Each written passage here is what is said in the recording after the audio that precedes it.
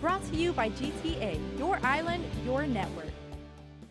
The preservation of our island is a passion for Linda Uggan. I have been in this as an art in this program, Art Preservation, since 1983, and it's disturbing to when I go out and help in some excavations during public utilities projects.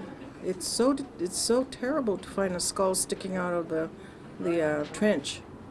You know, it's just I just don't like finding barrels. And with decades of experience, the Guam State Historic Preservation Officer says it's about time our ancestors are given some respect, and part of that is through Bill 374. Because we have a lot of ancestral remains and other remains that aren't ancestral that need to be reinterred in a final resting place. You know, they need to be.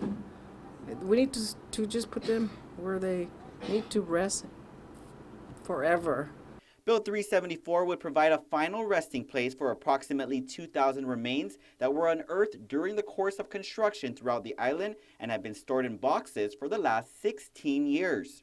Bill 374 would give administrative control of up to 8 acres of land here at Ipoh Point, which belongs to the Chamorro Land Trust Commission, and turn it over to the Department of Parks and Recs and reserve it for a Chamorro shrine.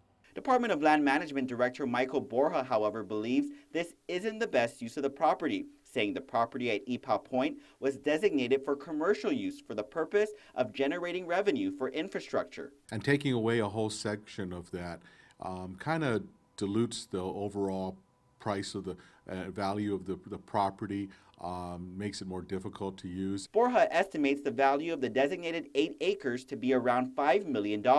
The total Oka Point is estimated at around 36 acres of property with a total value of $19 million. And basically to put a cemetery of sorts in an area that straddles between the hotels and a residential area. You know, this bill was introduced without taking into account what the residents of this area also might feel about this activity being done in their backyard. Uggan, meanwhile, says the Ipoh Point property was once considered for the shrine back in the Gutierrez administration. So where is the best use? Somewhere secluded, isolated, where no one can go in and pay their respects? What's the problem? As for alternative sites, Borja is suggesting a more serene area along the northeast limestone forest area, or a small site at the end of the proposed lot. Reporting for Guam's News Network, I'm Ken Quintaniza. Brought to you by GTA, your island, your network.